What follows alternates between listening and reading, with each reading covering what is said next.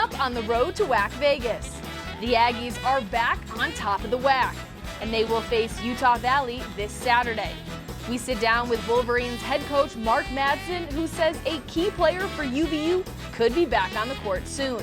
On the women's side, the Lady Jacks of Stephen F. Austin are axing their way through the WAC. And our winner of this week's tickets to the tournament, that's only a month away. That's all ahead on the road to WAC Vegas. New Mexico State going on to the tournament. Just a phenomenal game. What college basketball is all about.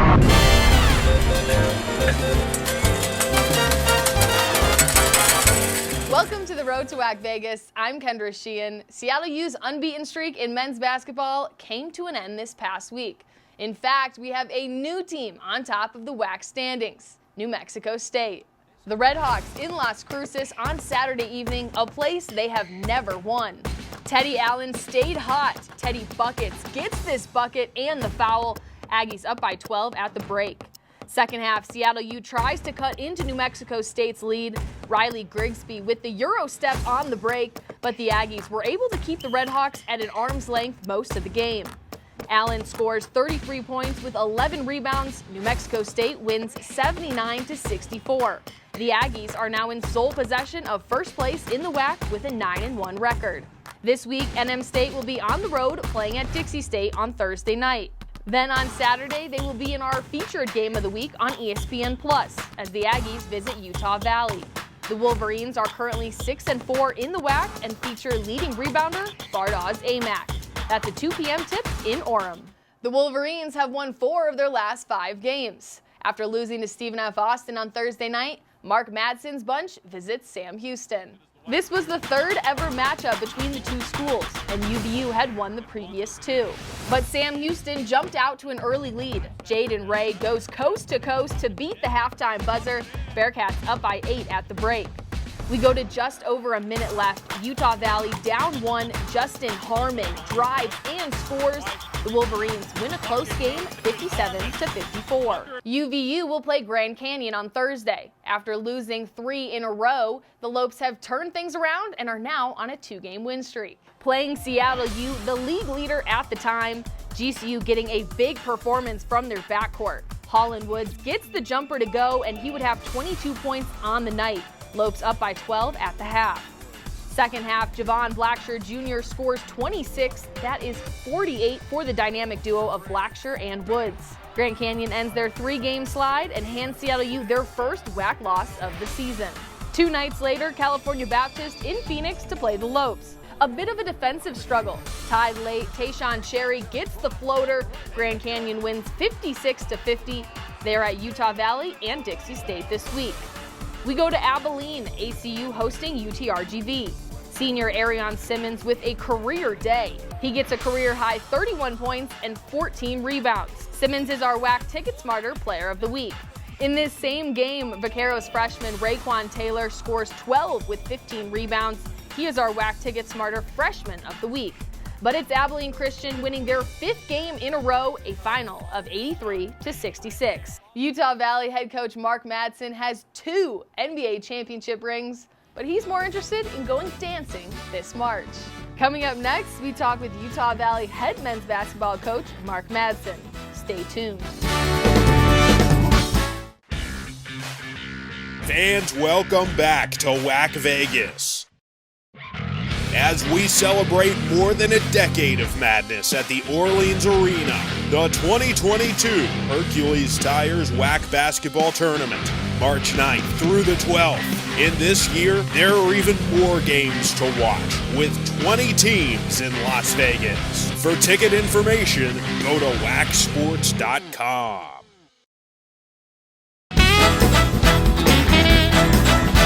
Welcome back to the road to WAC Vegas. I'm Kendra Sheehan, joined by Utah Valley men's basketball head coach Mark Madsen.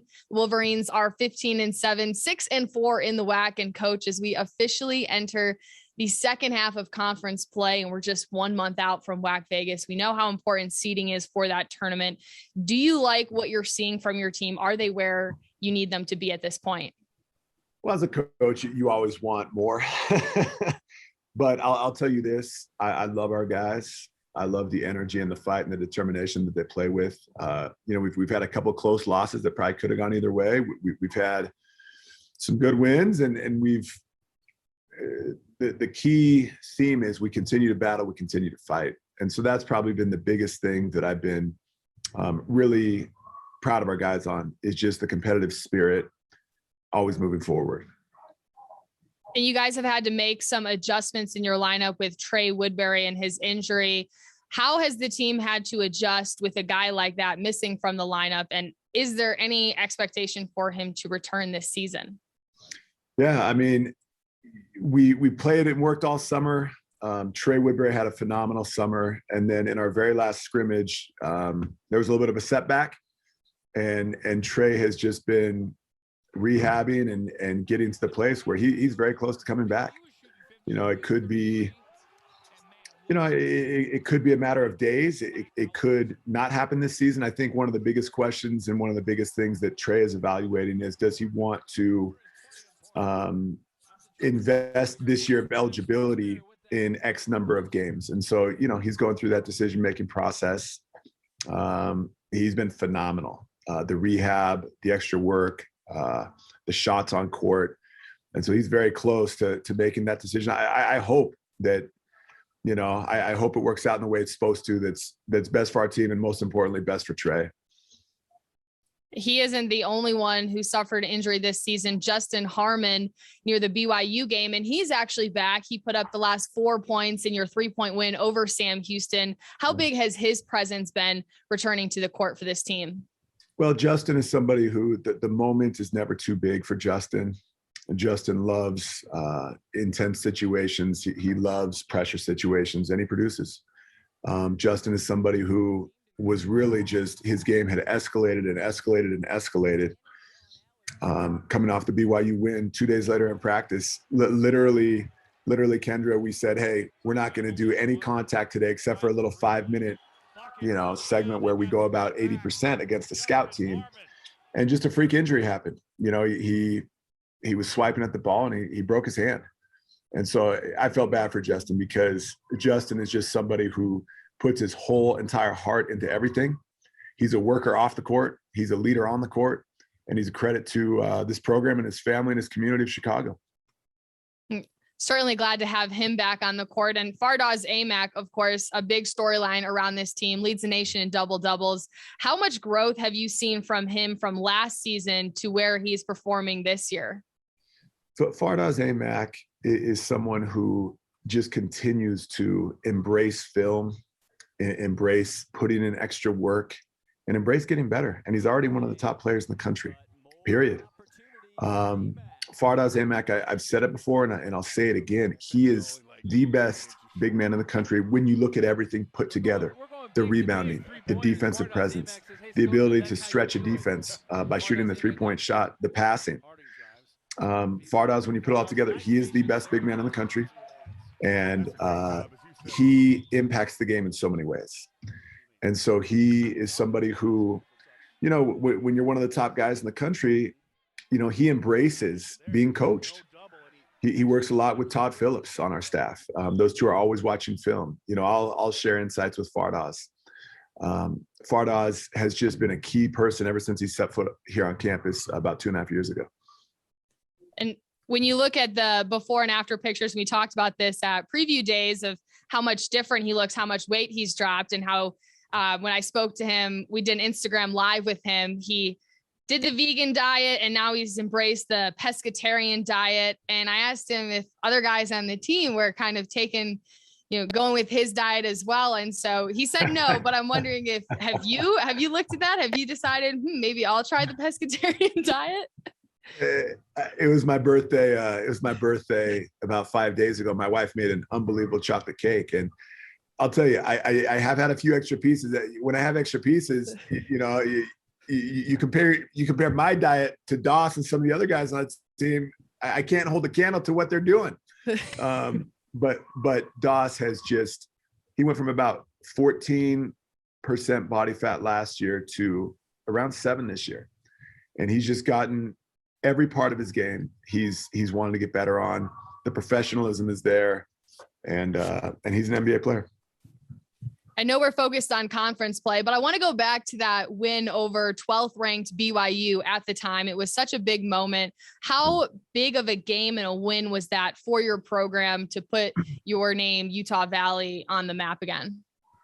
Well, it's one of those great environments in college basketball because it was a sellout or close to a sellout. All the student body of Utah Valley was there cheering. The energy, you saw men and women from the community that are in their 70s and their 80s, pillars in the community. You saw young kids, 6, 7, 8 years old running around, and you saw that student section. So it just brought so many people together. To win it was phenomenal for our program. It was a close game. It was an overtime game. The game probably could have gone either way. It was one of those nights where it went our way, and I was just proud and happy for our players because ultimately they went out there and they won the game with their heart and their determination and their hustle. And now fast forward, you just have a really close victory over Sam Houston, one of the top contenders in the league, and it doesn't get any easier. You got New Mexico State, you got GCU. Where do you feel like this team needs to improve the most in order to continue to play at the intensity that you'd like them to be at? The biggest thing I see is just consistency. And that's been something that we've been stressing it. The guys have been working towards all season. We'll put together, when you look at our whole body of work, the 20 something games we've played, there's some games we put together 35 minutes of unbelievable play, but maybe we slip a little bit for 5. Or we have a great start to a game, but then we come out flat in the second half. And so there's been a couple of times where that's happened.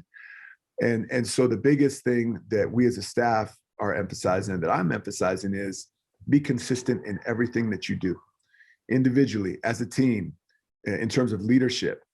And the guys have been embracing it. And we're lucky here because we have such a great group of players and people. It's really a privilege to be able to work with them every day. Is there somebody that I hadn't mentioned in this interview that has made great improvement this season, that has stood out to you, that has stepped up when you have players out and you need someone to step up and make a big play? Yeah.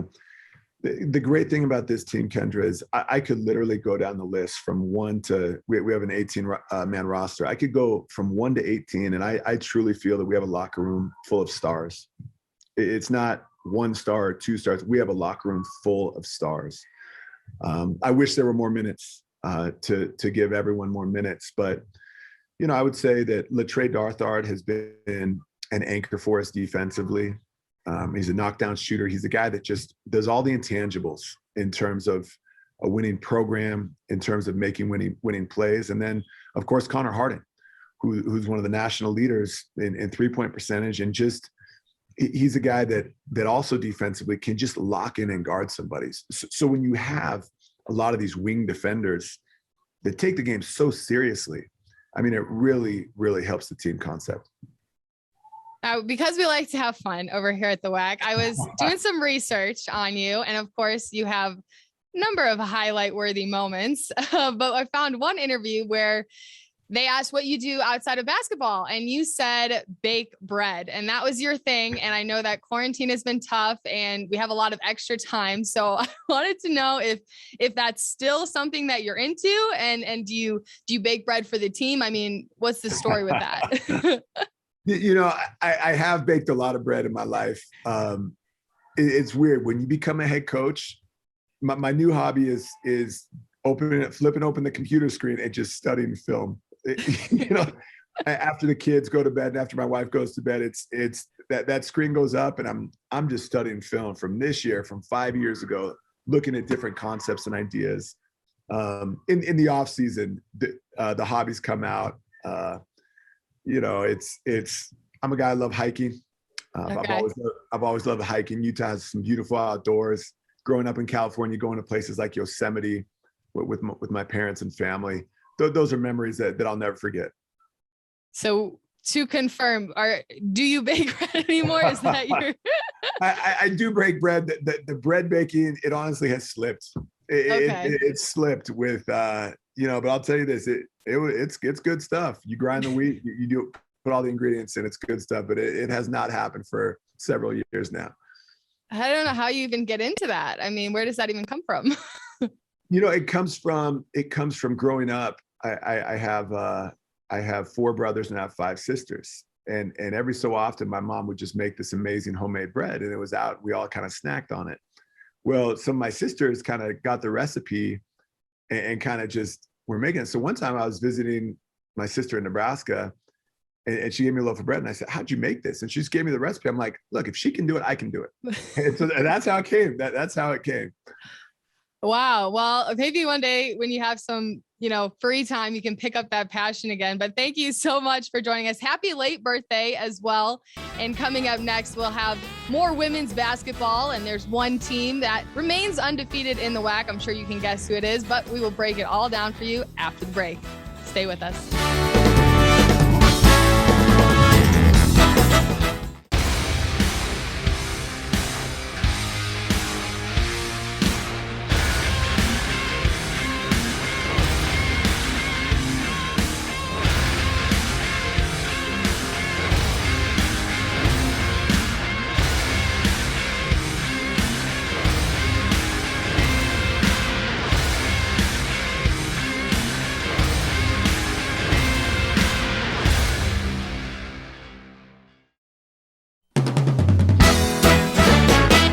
Stephen F. Austin continues to axe the competition to remain the only undefeated team in the WAC with a perfect 10-0 record in conference play. Welcome back to the Road to WAC Vegas. I'm Kendra Sheehan. The Lady Jacks have won 11 in a row and rank 2nd in the nation in scoring margin. Playing at Utah Valley, SFA goes on a 9-0 run to start the game, and they don't let up from there. Aaliyah Johnson can't be left open, drains the 3. Stephen F. Austin cruises to another WAC victory, 68-53. Then at Dixie State, Ayanna Johnson goes inside, gets the basket and the foul. Johnson was named our Ticket Smarter Player of the Week with a double-double, 25 points, 13 rebounds in the Jacks' 81-54 win over DSU. Up next, the Lady Jacks will look for conference win number 11 when they head home to take on Chicago State. Game tips off Thursday at 6:30 p.m. Central Time. In our featured game of the week, it was a battle for sole possession of second place. Grand Canyon on the road at California Baptist. Ane Oleta brings the Lancers within 7 to end the third quarter with this triple. But the Lopes led the entire contest. Amara Graham goes 4 of 6 from three-point land, leading GCU with 15 points. Grand Canyon takes over second place with a 61-52 win over California Baptist and improves to 8-2 in the WAC. The Lopes are in our featured game of the week this week as well. Grand Canyon will host Utah Valley on Thursday at 6 p.m. Mountain Time. The Wolverines' Josie Williams leads the WAC in rebounding at better than 12 per contest. She is also second in the league in scoring. After starting 0-6 in WAC play, Sam Houston has won 5 games straight with the return of head coach Raven Justice. At Utah Valley, it's a close game coming down to the final minutes. Megan Jensen, the sneaky bounce pass to a cutting Madison Grange for the basket to put the Wolverines up by 1. Madeline Batista with the huge follow-up bucket to give Sam Houston back the lead. Baptista had 14 points, 11 rebounds on the day. Bearcats hold off the Wolverines for the final 2 minutes to earn the 69-66 win. Up next, SHSU will host Chicago State Saturday at 3 p.m. Central Time and then hit the road to face Lamar Monday at 7 p.m. Central. As we inch closer to #WAC Vegas, we have a new contest winner. Last week was Groundhog Day, so like the movie, we asked fans to comment their favorite WAC memory they would like to relive over and over. We loved Bill Mayhall's moment of Johnny McCann's half-court shot to give New Mexico State the dub over GCU inside the Pan Am Center in 2019. This week's contest, in honor of the Super Bowl being this Sunday, show us your favorite game day spread or snacks when you're kicking back watching a good game. Comment your picture on our Twitter thread pinned at the top of our WAC Sports account. We're down to just 1 month until we're at the Orleans Arena in Vegas. The competition is heating up and we cannot wait for the madness. See you right back here next week.